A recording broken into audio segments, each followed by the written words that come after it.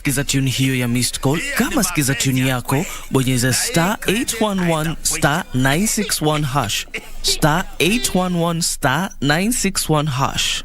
Iwapo unakohoa, unahisi uchungu kwenye kifua, uchovu kila wakati, joto jingi mwilini, unakosa hamu ya kula au kupoteza uzito haraka bila kukusudia na kutokwa na jasho jingi usiku, waweza kuwa waugua TB.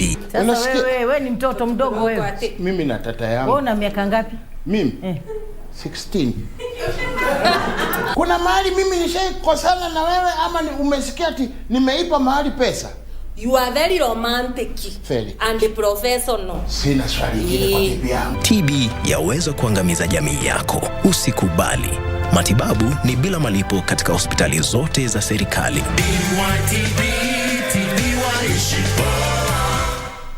The Policyholders Compensation Fund, PCF, is a state corporation under the National Treasury and Economic Planning that was established the Insurance Act with the primary mandate of providing compensation to the claimants of an insurer placed under statutory management or whose license has been cancelled. It was established for the secondary purpose of creating confidence in the insurance sector. Policyholders Compensation Fund, Thamana ya Bima Yako. Subhanallah walhamdulillah la ilaha illallah wallahu akbar. Mwenyezi anasema wala in kafartum, ikiwa mtakufuru neema za Allah, inna adhabi la shadid, hakika adhabu yangu ni nzito, hakuna mtu atakayeweza kuihimili adhabu ya Allah tabaraka wa taala. Aqulu ma tasmaun. Ikafikia kiwango ambacho Nana Aisha radhiallahu anha aliweza kumuuliza, hivi mbona wazidisha ibada kwa wingi sana wakati Allah subhanahu wa ta'ala amekujalia neema? Basi Mtume Muhammad sallallahu alayhi wasallam alijibu kwa kuuliza, je, sipaswi kuwa mja mwenye kumshukuru Allah subhanahu wa ta'ala ambaye ni Mola wangu?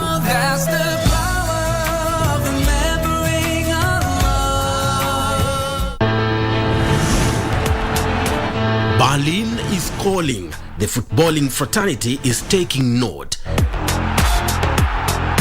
Defending champions RB Leipzig have reached the DFB Pokal final for the third successive season after an emphatic 5-1 win over SC Freiburg. Danny Olmo, there's no pressure on him, and he's found Nkunku! Ruthless! Similarly, Eintracht Frankfurt are into the final of the DFB Cup following a 3-2 victory over VfB Stuttgart. The DFB Pokal hits a crescendo on Saturday, 3rd June at 9 p.m. when RB Leipzig will be up against Eintracht Frankfurt, live and exclusive on KBC Channel 1. Don't miss out on the unexpected delight. It is Colomboigny against Bredlow, a battle Colomboigny was never going to lose. KBC Channel 1, your true sports partner.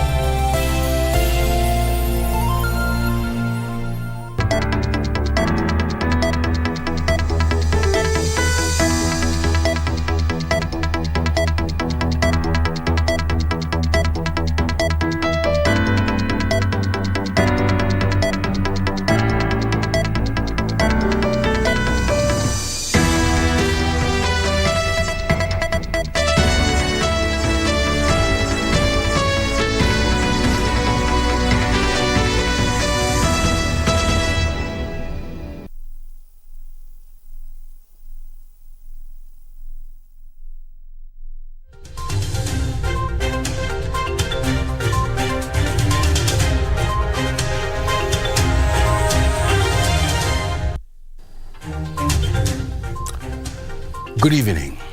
Right now, this very moment is the only moment you've got.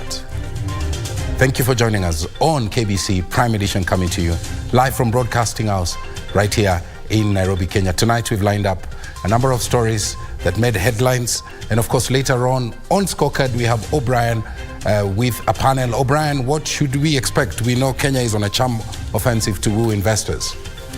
Oh, absolutely. And the conversation that has been taking place at the Safari Park, where you have more than 35 trade ministers from around Africa, is how to deepen intra-Africa trade. Because when you look at statistics, they are completely grim because they're talking about 17% intra-Africa trade. When you compare these with over 70% in Europe, then the picture becomes completely compounded. And we have seen a situation whereby, Kenya is targeting the African market in a bid to grow its export. When you look at, export to African countries, last year, according to the Central Bank of Kenya, Kenya exported goods to Africa worth about 370 billion shillings. It is targeting about 500 billion shillings from Africa by the year 2025. So we want to look at these strategies in place to ensure that this is achieved. Very well, O'Brien, 17% intra-Africa trade. How do you scale that up? That conversation coming up right after this live broadcast. But first things first, let's take a summary look of our top stories tonight.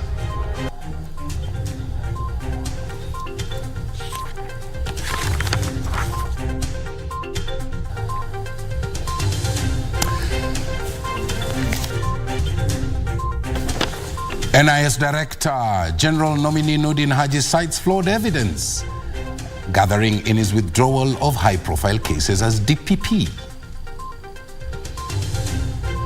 Azimio la Umoja coalition rejects the finance bill, terming it unfavorable to Kenyans already struggling with inflation. A man stabs his wife to death after the two fight at an illicit brew den in Baringo.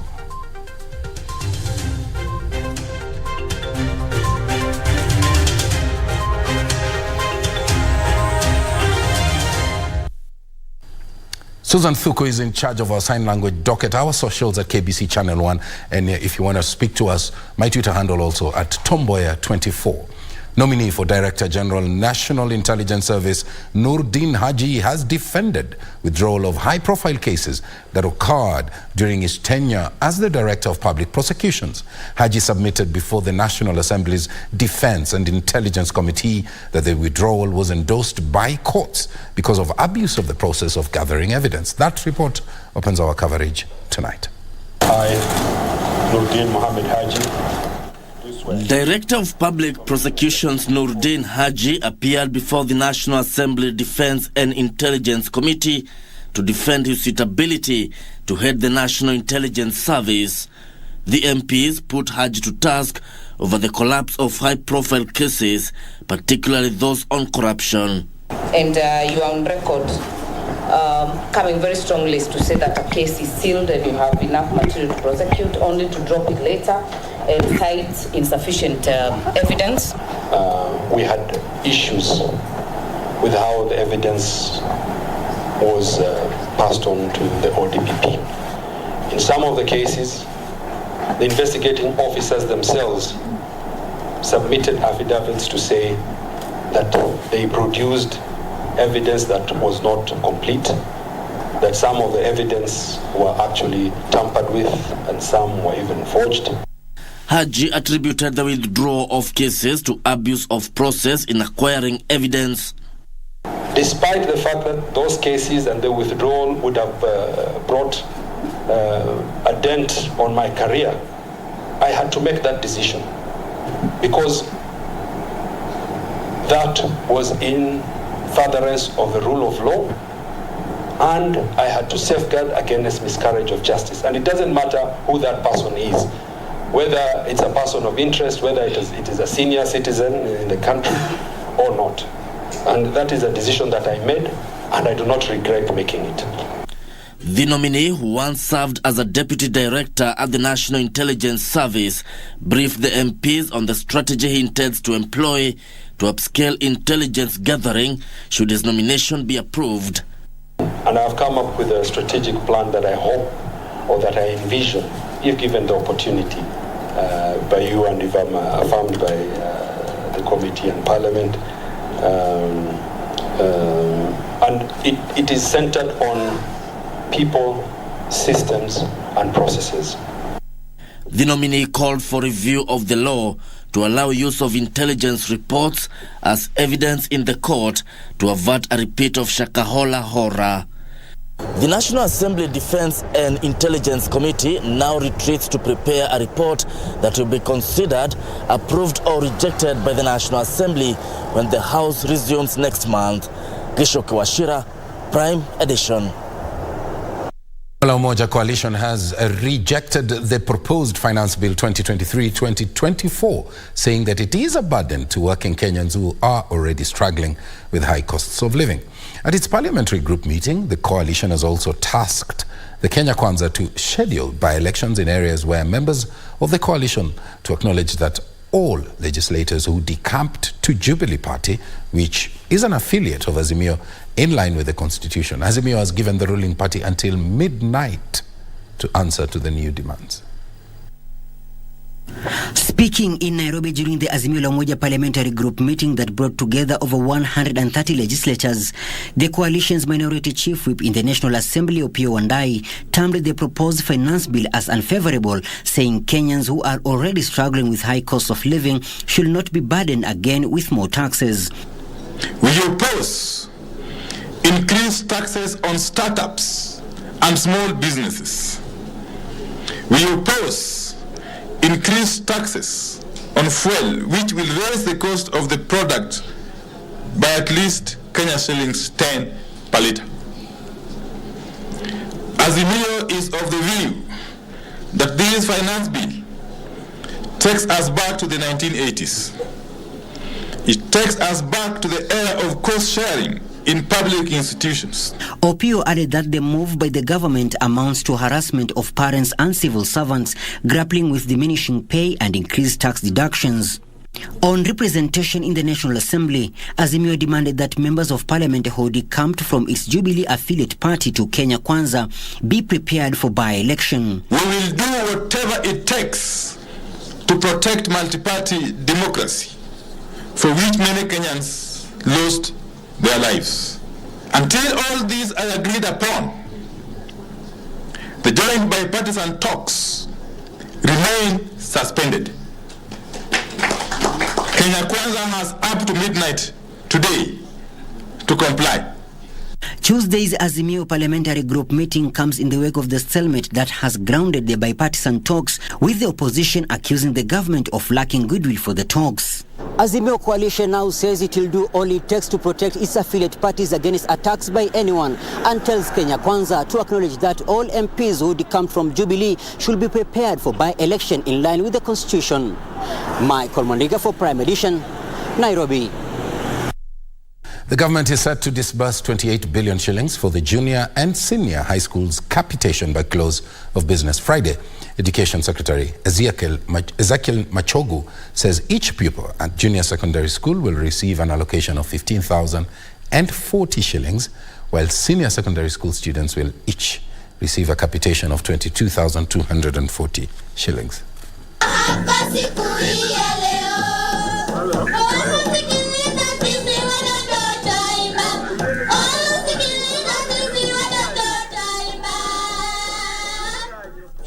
That we are releasing the fund this week, 15,040 in the junior primary secondary. Like here you have 33 students in the junior secondary, so 33 times 15,040, you will be able to get the figure. So we are releasing that money before the end of this week. Again, the other money that the government is also going to release before the end of Friday, before the end of this week, is a capitation for senior secondary schools, where government gives 22,240 per child. We are also releasing that money before the end of this week to all our schools countrywide. And the amount of money that the government... ICT is the game changer. ICT is the only means of creating jobs. We no longer have the white-collar jobs. The jobs that we have today are digital jobs. I'm under instructions from His Excellency the President to make sure that we connect all markets in the country. We are going to connect all markets to the internet. We have done Bondo here in Nyanza. We have done Ahero. We are going to connect all other markets. Riyadh Kolemo is going to be connected. The work there is going to be connected. Then we also have the digital laboratories. Digital laboratories is where you give us a classroom like this one. We come and set up computers, 100 computers, which I'm going to bring soon. We connect the internet. We bring the teachers to train these students so that they acquire digital skills.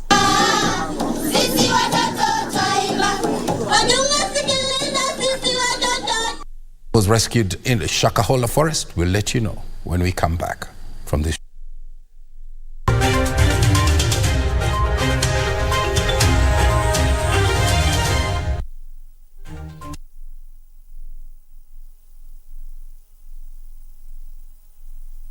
The Policyholders Compensation Fund, PCF, is a state corporation under the National Treasury and Economic Planning that was established under the Insurance Act with the primary mandate of providing compensation to the claimants of an insurer placed under statutory management or whose license has been cancelled. It was established for the secondary purpose of creating confidence in the insurance sector. Policyholders Compensation Fund, dhamana ya bima yako.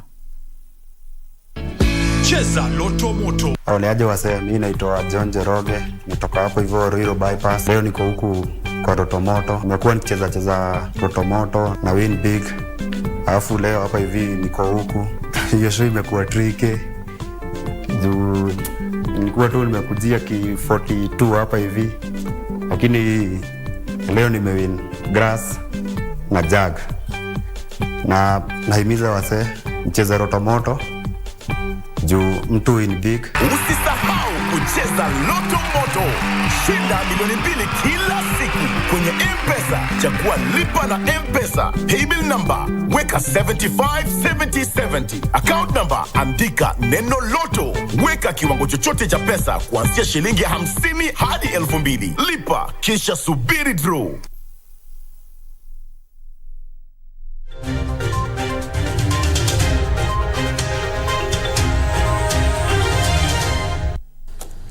Welcome back to Prime Edition. A man rescued from Shakahola Forest on Monday has died at the Malindi Sub-County Hospital, bringing the number of fatalities to 243. 36 post-mortems were conducted on Tuesday. Chief Government Pathologist Dr. Johansen Oduor said autopsies on 16 bodies are remaining to complete the second phase of the exercise. Government pathologist Johansen Oduor said the man died moments after being admitted at the Malindi Sub-County Hospital. An autopsy conducted on the body indicated he had died of starvation. The victim had been rescued from the Shakahola forest. One of the person we did autopsy on was a fresh body because he's someone who died in the ward last night. And it's a person who actually had been recovered at the scene yesterday. And he was in a very bad state. He was having features of dehydration and was also having features of starvation. So he died at night. And when we did an autopsy on him, one of the things that we saw on him is like he was also very sick because he had tuberculosis. So what killed him was tuberculosis in addition to those starvation and dehydration. On Tuesday, pathologists conducted 36 postmortems. 3 of the victims whose bodies were examined had some injuries, indicating that they could have been murdered. Dr. Oduor said in addition to showing features of starvation, one of the bodies had features of strangulation, another had a head injury, while the other had blunt trauma on the legs. The 18 of them, because of the level of decomposition, we are unable to state the cause of death because they were severely decomposed.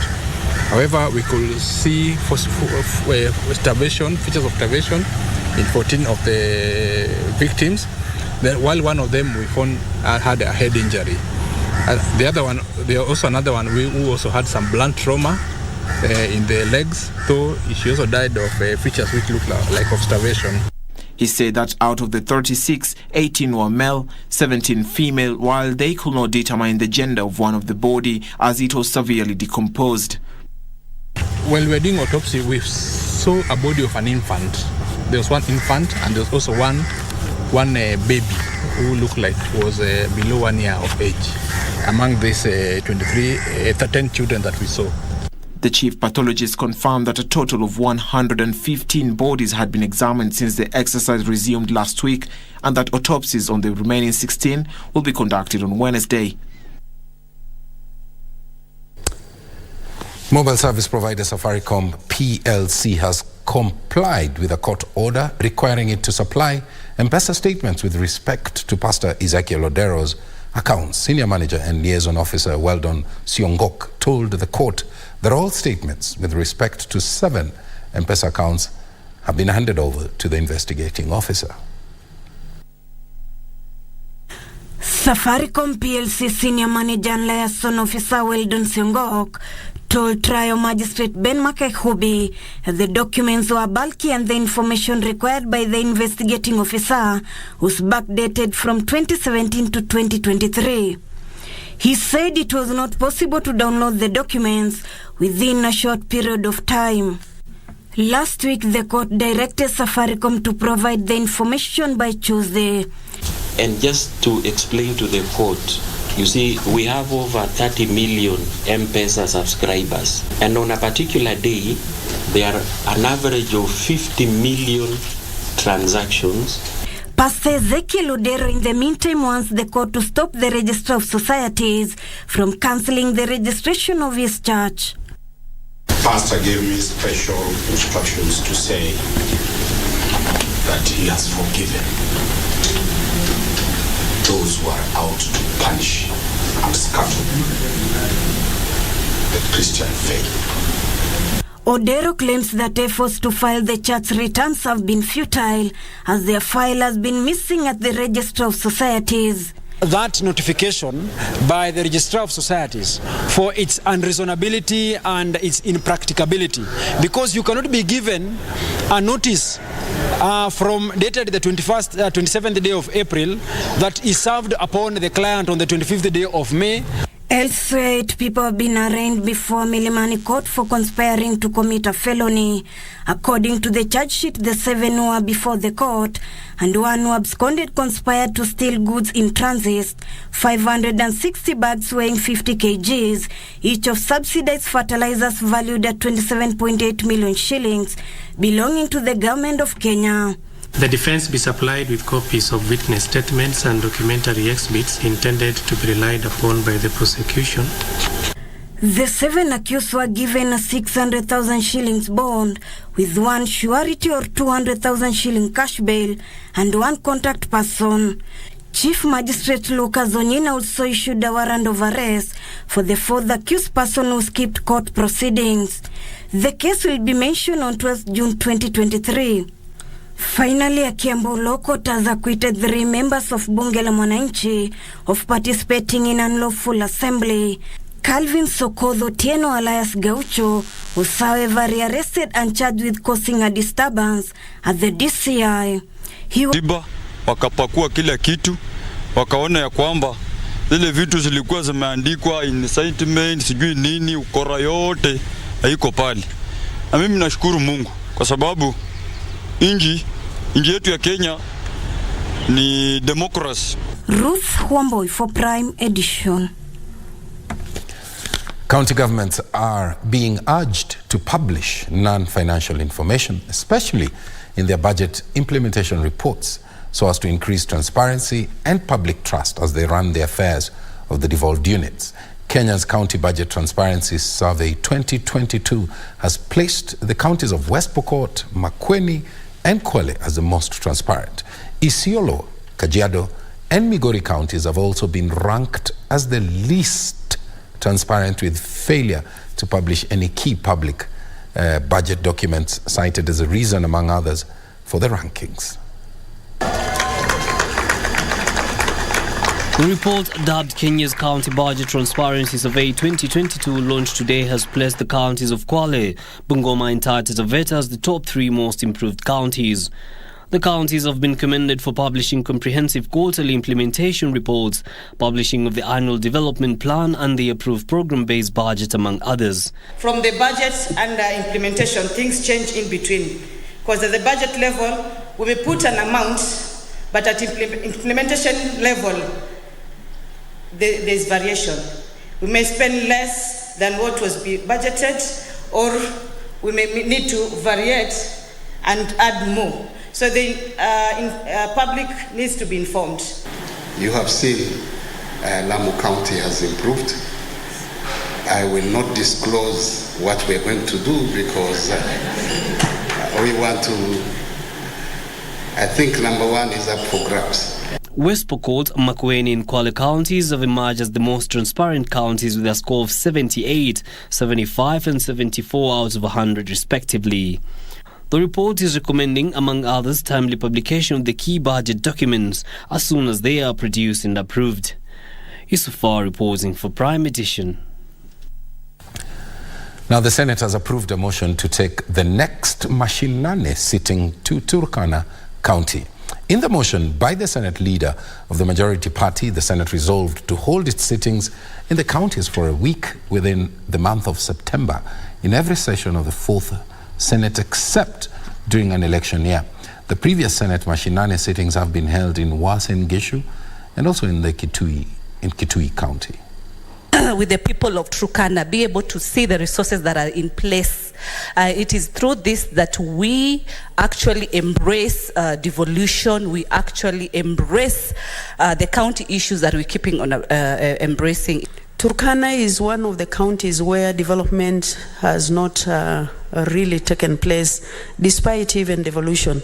I know there is a lot of money that they are getting as a result of devolution, but unfortunately the situation is still the same, Mr. Speaker, and I hope this House will be able to look at that and see why there is no major impact, especially as far as the budgetary allocation is concerned. Sisi tutaongeza uhusiano zaidi.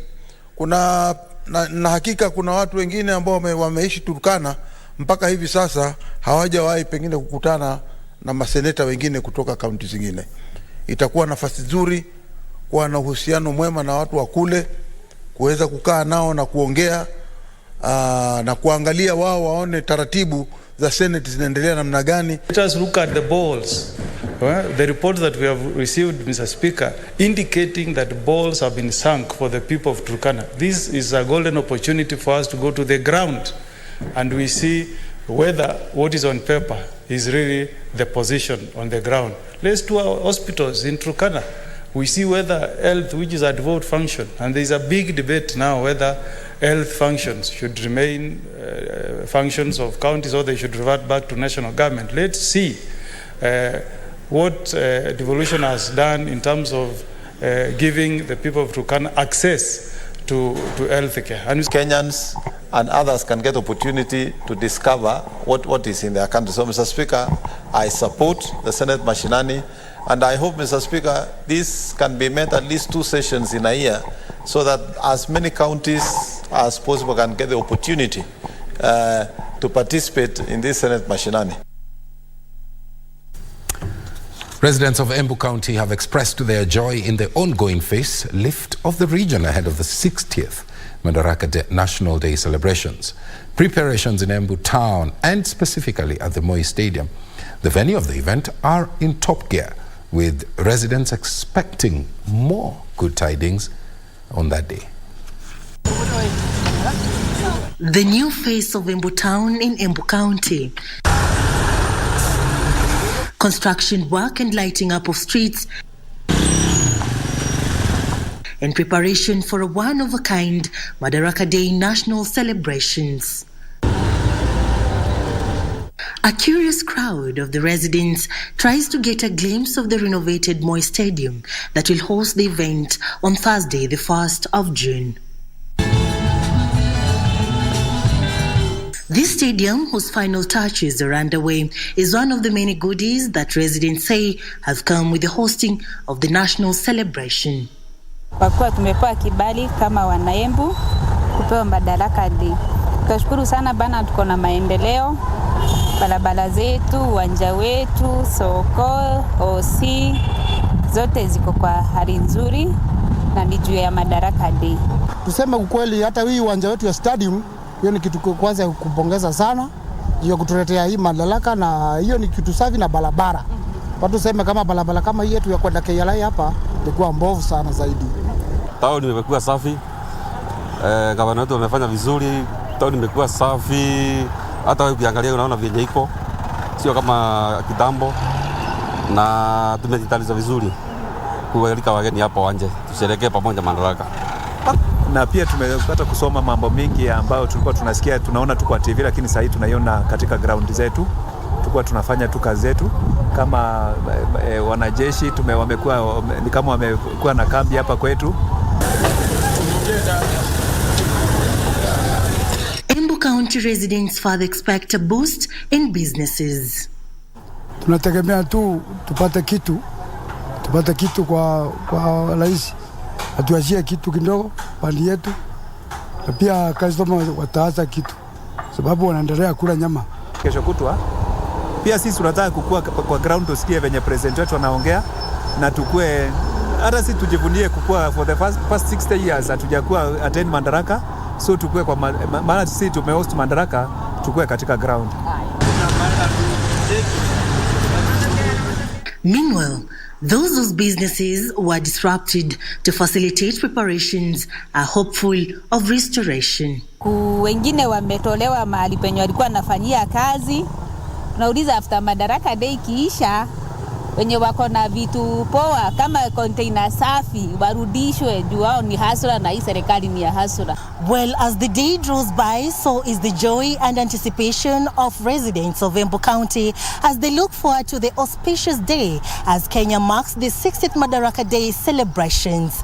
Serafina Robi reporting for Prime Edition in Embu County. Veteran broadcaster Laban Karani has passed on.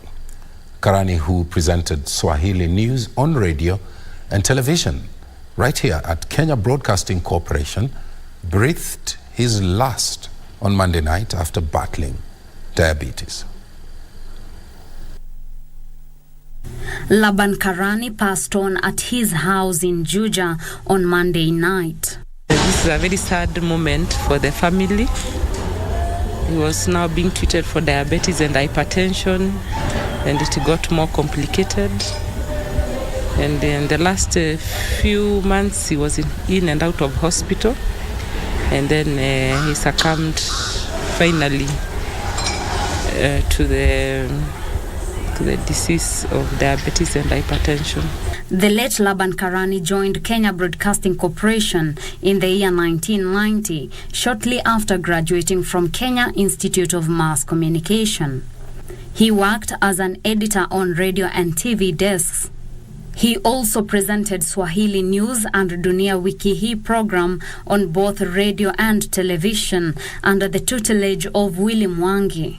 After leaving KBC in 1998, he moved to MediaMax before venturing into politics in 2012, where he was elected member of County Assembly in Mwimbi Ward, Tharaka Nithi County. Machangu kimepewa nguvu zaidi ya kwenda kote katika kaunti, tukiangalia zile pesa ambazo tumepitisha zimetumiwa namna gani.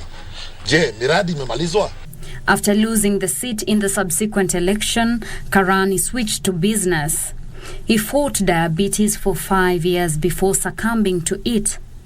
Karani has left behind a wife and 2 children. Would ask me who Dad is to me, that he's a father, a true father, a leader, a man of the people. His former colleagues had fond memories of him. Alipokuja kutoka chuoni, aliletwa pale kitengo cha utafsiri na tulifanya kazi naye vizuri, na alikuwa ni kijana mzuri wakati huo, manake alikuwa anapenda kujifunza, na hapo ndipo alipenda Kiswahili zaidi, na mpaka akawa na ile ari ya kujifunza, pia kusoma habari, kufanya vipindi vya Kiswahili, na alikuwa mmoja wa wasomaji wa habari mzuri sana. Kwa hivyo nasema sana pole sana kwa familia, jamaa, marafiki na wote ambao walimfahamu Karani Laban. Alikuwa ni kijana mzuri sana. Karani ni mtu ambaye alikuwa na roho nzuri, mtu mcheshi, mtu ambaye alikuwa anapenda watu, na tumempoteza mtu wa maana sana sana sana. It is a sad moment for me to lose such a close friend as Karani Laban. I have known Karani for over 20 years, since we met first at the KBC newsroom as editors. He's a person who was always a happy guy. When he joined KBC, he found some of us in the industry, and we welcomed him with both hands. For Prime Edition, I am Teresa Mutai.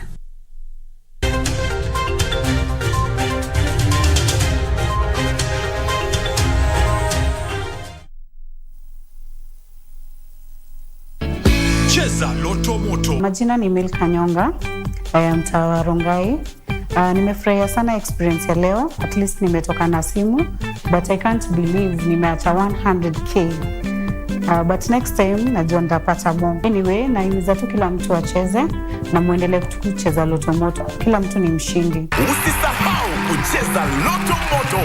Shinda milioni 2 kila siku kwenye M-Pesa. Chagua lipa na M-Pesa. Paybill number weka 757070. Account number andika neno Loto.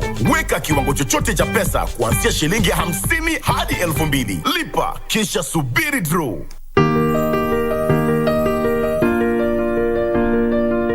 Huchagui familia yako, ni zawadi ya Mungu kwako kama ulivyozawadi kwao. Iwapo unakohoa, unahisi uchungu kwenye kifua, uchovu kila wakati, joto jingi mwilini, unakosa hamu ya kula au kupoteza uzito haraka bila kukusudia, na kutokwa na jasho jingi usiku, waweza kuwa waugua TB. Nenda hospitalini ukapimwe. Ikibainika ya kwamba ni TB, utapewa dawa, na ukimeza vizuri ulivyoshauriwa na daktari, utapona. TB yaweza kuangamiza jamii yako. Usikubali. Matibabu ni bila malipo katika hospitali zote za serikali.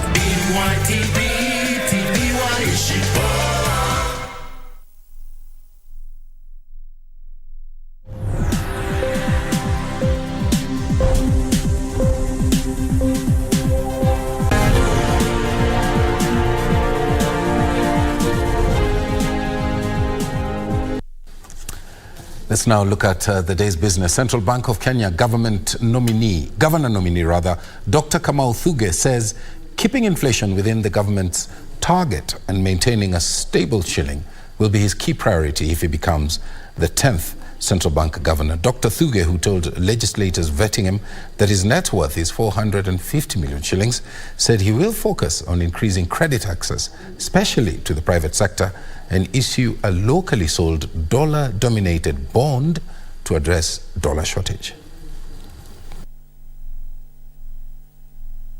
What is your view on improving policy coordination between the monetary policy and fiscal policy to ensure that there is stable financial sector and economic development? Okay, I think it has not so much the system of assessing credit risk, but that the economy is not performing as well as it could. And I believe that once we are able to unlock the growth, that these non-performing loans will decline accordingly. On the issue of the Section 33 of the Banking Act and the ceiling of 4% over the CBR, of course, this has since been removed. It was, I believe, implemented in September of 2016 and removed in late 2019.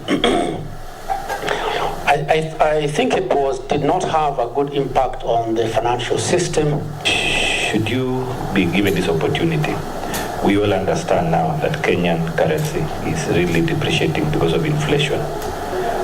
Focusing on this sector, what would be your advice to the government should you be considered? I truly do believe that monetary policy must be used to reduce inflation. I see inflation as a tax on everybody in the country, because when prices go up, everybody's real income is reduced, and therefore, to me, it's paramount that we actually address inflation, as a matter of priority. But as I've said, I believe that inflation now is on a downward trend. It's last month it was 7.9. Kenya is on a charm offensive to woo investors, banking on incentives such as graduated corporate tax holidays, import duty, and value-added tax exemptions, withholding tax exemptions in remittance to non-residents, as well as expedited project approvals. Investment and Promotion Principal Secretary Abubakar Hassan says that the operationalization of the Special Operating Framework Agreement creates a platform through which investors making high-value strategic investments can negotiate additional incentives with the government. Kenya acts as the investment hub for the region, providing a market with about 300 million consumers, making it an attractive investment destination. To sweeten the deal, the government has rolled out a series of incentives targeting both local and international investors. Government has partnered with private sector, Afrexim Bank and the rest, to develop extra processing zones and special economic zones. Under the Kenya's export processing zones and special economic zones programs, investors benefit from graduated corporate tax holidays, import duty and VAT exemptions, withholding tax exemptions in remittance to non-residents, as well as expedited project approvals, a fact that government is banking on to increase the value of foreign direct investments from the current $500 million to $10 billion by December 31st, 2023. The President has removed the domestic equity requirement of 30% for foreign ICT companies wishing to set up in Kenya. So far, Kenya has concluded a $50 million deal under the Special Operating Framework Agreement with Moderna for the establishment in Kenya of the first human vaccine production facility in Africa based on an mRNA technology. Local private sector players have lauded the incentives, laying emphasis on the need to support startups and micro-small enterprises. We must be deliberate to support and integrate SMEs to play increased role on the value chains of the large enterprises that often have an upper hand in accessing export markets. All our countries, 70 to 80% of our businesses are SME. Private sector being targeted there as government seeks to increase its investment portfolio from the current $500 million to $10 billion within the next 7 months. I'm Regina Manyara for KBC Channel 1. All engineers in Kenya will now be required to log in and register the projects that they are handling in order to create a transparent and accountable system for tracking and also monitoring engineering projects. Engineers Board of Kenya says that the portal will also serve as a centralized platform where engineers can conveniently register their documentation, a move that will also weed out quacks in the sector. Trevor Ngendo puts that story in perspective. From collapsed buildings to poorly designed infrastructure, the impact of substandard engineering practices have been far-reaching, with the incidents not only endangering lives but also leading to financial losses, wasted resources and damage to reputation of the engineering profession as a whole. The ministry is implementing reforms to improve the efficiency and the effectiveness of the transport sector. This includes the modernization of regulatory framework, promoting competition and streamlining administrative processes to reduce bureaucratic handles and enhance service delivery. The government, regulatory bodies and Engineers Board of Kenya have embarked on an active initiative to address the challenges. This will include the introduction of stricter licensing and registration procedures through a centralized platform that will require engineers to register and upload documentation of projects they are handling. The board has developed the Engineers Project Registration Portal, where all engineers are expected to log in to the portal and register the projects that they are handling. This will enhance efficiency and effective monitoring and verification of the profession engineering services and works. The project will be launched during the convention. The Engineers Registration Portal is expected to minimize cases of infrastructure collapses. The upcoming Engineering Partnerships Convention will have discussions centered around technological advancements and their impact on engineering standards and practices to help in the development of appropriate legislation and policies. Innovative financing models will be highlighted during the convention. This financing will provide solutions to leverage private sector resources and expertise in infrastructure development under the plan. We want to participate in the supply and demand of engineers. Of course, we are saying right from primary school to the university and into the practice of engineering, so that we guard this profession very seriously. And that, I know, will be able to give us that impetus that we require as a country to be able to transform this country to the level that we are looking forward to. The Kenya Broadcasting Corporation is the official media partner in the 3-day convention that will take place in Naivasha in mid-June. The Ministry of Roads and Transport has held the Engineering Partnerships Convention as a flagship activity in a bid to demonstrate the government's commitment to fostering growth through engineering. Trevor Ngendo for Prime Edition, Nairobi. Kenya is diversifying into new tourism frontiers, such as medical tourism, that will be creatively packaged to potential clients, especially in Africa. Tourism Cabinet Secretary Penina Malonza says monetization of creatives and professionals in the niche market can enhance Kenya's appeal to the continent.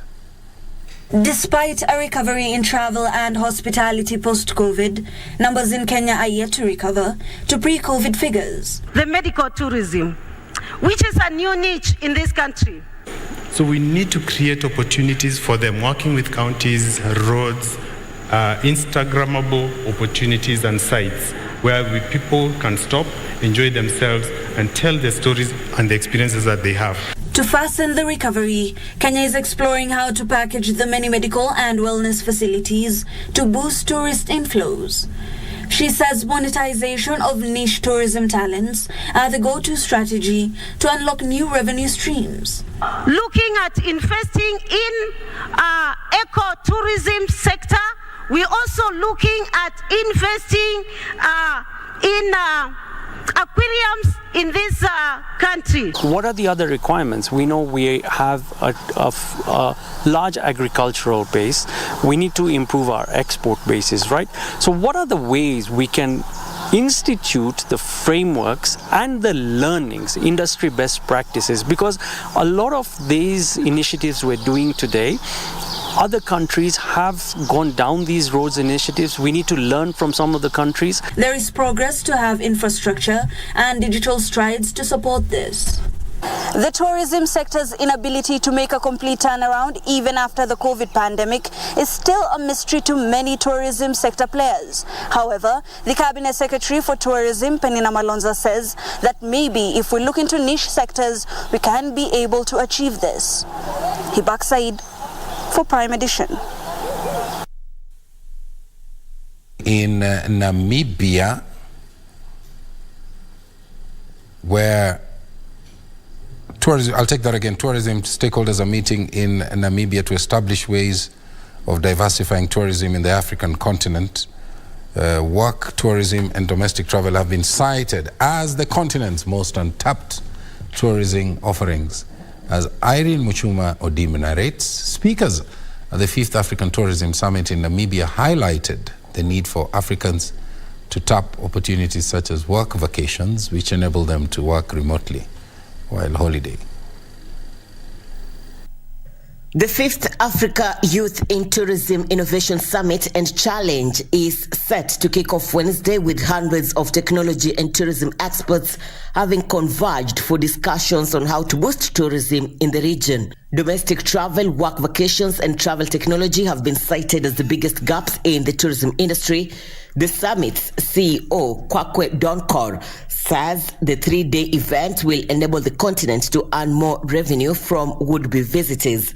Here in Namibia, we got a whole lot of young people just from last year who have benefited by scaling up their businesses. The summit themed developing youth and innovative entrepreneurship solutions for inclusive tourism recovery in Africa will additionally improve inter-country relations in the region. We are also enhancing tourism by having partnerships, not only in Africa, but also outside Africa. So that means that we have more people coming to Africa to create partnerships with us.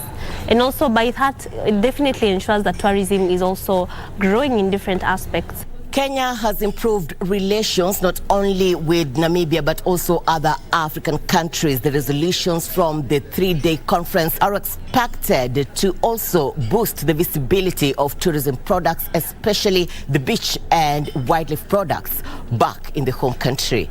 Irene Mchuma Odim, Channel 1 in Namibia. This business, Daniel Wahome is on standby to bring us the very latest in the world of sports.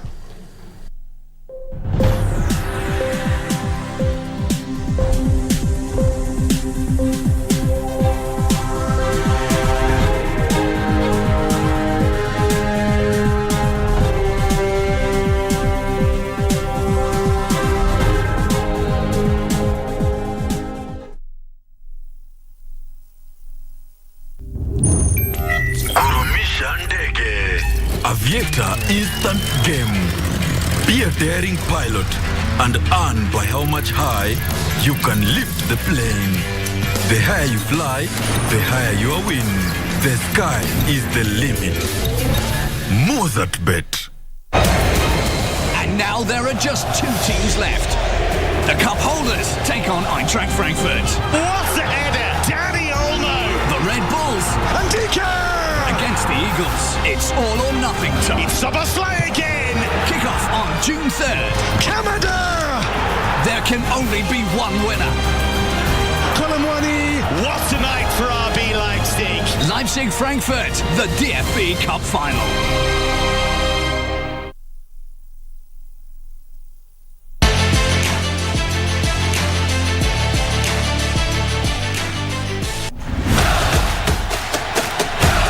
It is the cup with the golden ticket. Mozart Bet Cup, 2 million shillings. CAF Confederations Cup. Kuwa mshindi. Mozart Bet Cup. A very good evening to you. My name is Daniel Wahome and welcome to Prime Edition Sport. Nairobi Water Coach Jack Ochieng has been named the Star Times SJ Coach of the month of March 2023. Ochieng guided Nairobi Water Queens to retain the Kenya Handball Federation Women's League title. Jack Ochieng led Water Queens to achieve the feat after they gunned down rivals Ulinzi Sharks 28-25 win in a highly charged match on 25th March. In winning the award, Ochieng took home prize money of 100,000 shillings, a personalized trophy, and a Star Times 55-inch smart television set courtesy of sponsors Star Times Kenya. I don't have words, especially for the Sports Journalists Association of Kenya in conjunction with Star Times for coming with this noble idea to encourage coaches, to motivate coaches to go to the next level. I understand the competition was very high, was very stiff. Ochieng becomes the 5th recipient of the coveted award after trailblazing Dennis Mwanza of the Kenya Lioness Rugby in November, NCPB men's handball team Brian Matthew in December, Strathmore women's hockey team head coach Meshak Senge in January, and Butali Warriors hockey team coach Zachary Aura in February. For Prime Edition, I'm Sela Onyango.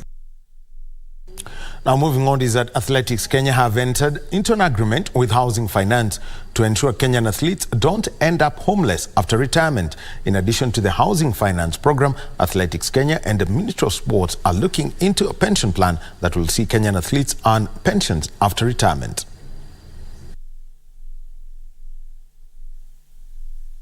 Many former athletes who competed and won medals for this country in the early international events dating back to the 1960s have ended up suffering after retirement, with some living a miserable life. The agreement between Athletics Kenya and the Housing Finance will see Kenyan athletes acquire plots and homes that will be partially paid for by the Housing Finance and repaid to the company in installments of a period not exceeding 15 years.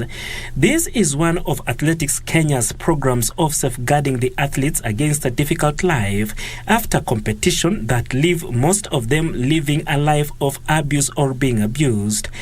Nothing gives humans more peace in their hearts than the knowledge they will always have a roof over their heads for the rest of their lives. And having a roof, through our experience, is not a simple thing. You can start a house today and it takes you 20 years to finish. And those 20 years you have a family, you have children growing up, and you don't know what to do. And the people who get more punishment are the children. Under the agreement, only athletes affiliated to and registered by Athletics Kenya will get the chance to open a Nyumba Yangu savings account with the housing finance and get the chance to own an apartment or a plot to build a home. Before we get to the house, we give you an opportunity to save in a product that has already been classified as an affordable housing product, and it's called Nyumba Yangu savings account. So as you win your money in different places, or you earn your salary, you come and start saving with us. In addition to the housing finance program, Athletics Kenya and the Ministry of Sports are looking into a pension plan that will see Kenyan athletes earn pensions after retirement. The sad reality is that the shelf life of an athlete, no matter your discipline, whether you run, you play football or rugby, your shelf life is quite limited. That's just the reality of this life we live in. You have a very short shelf life. Enjoy it while it lasts. Beat the world for Kenya and for yourself. Bring all the glory, but do not forget there is tomorrow. Former Kenyan legends, namely William Tanui, Sally Barsosio, Wilfred Bungei, John Ngugi, Patrick Makau and Milka Chemos, witnessed the signing agreement together with current Kenyan greats, including current 800 meters Diamond League winner Mary Moraa, World Cross Country champion Beatrice Chebet, 2019 World 3000 meters steeplechase champion Beatrice Chepkoech, and Commonwealth Games bronze medalist Wiseman Were. Moving on to basketball, is that the national teams in the 3x3 format have been unveiled with two important assignments lined up ahead of the 2024 Paris Olympic Games qualifiers. 4 teams were named, including the senior men's and women's teams, as well as the under-23 teams in both divisions. Fahim Juma, George Omondi and Larry Shavanga headline the men's team. Hilda Indasi, Medina Okoth and Menalisa Omondi highlight the women's team. 8 players and 2 reserves were also named on each side. Kenya is ranked 3rd in Africa behind Egypt and Tunisia. The teams are set to compete at the Africa Beach Games set for late June in Tunisia. Meanwhile, the women's team has been invited for the World Beach Games in Indonesia.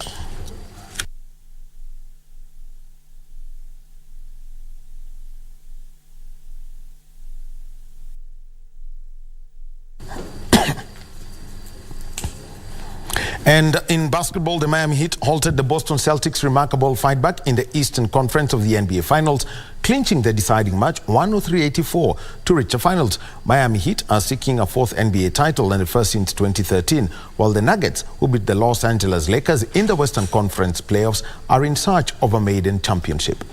Offensive rebound, Tatum. Jimmy Butler started scoring 28 points, 7 rebounds and 6 assists as the Heat, who led the 7-game series 3-0 before being pegged back 3-3, reached this year's final. Best record in the regular season in the NBA. The first 8 seeds to reach the final since New York Knicks in 1999 in the best-of-7 final. Game 1 will be played in Denver on Thursday. Through, he's got 2. Smart threads a pass to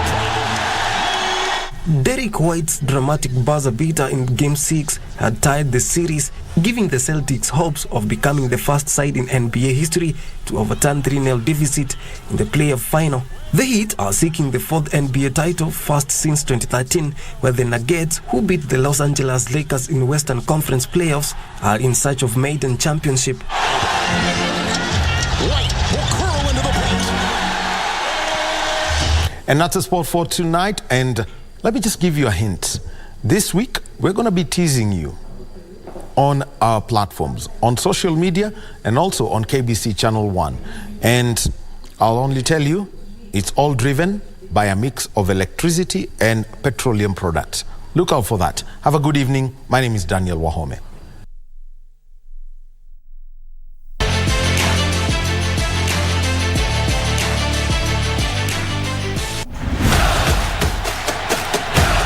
It is the cup with the golden ticket. Mozart Bet Cup, 2 million shillings.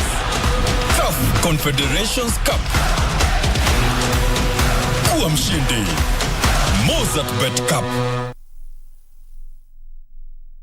Many thanks, Daniel Ohome. That brings us to the end of this live broadcast.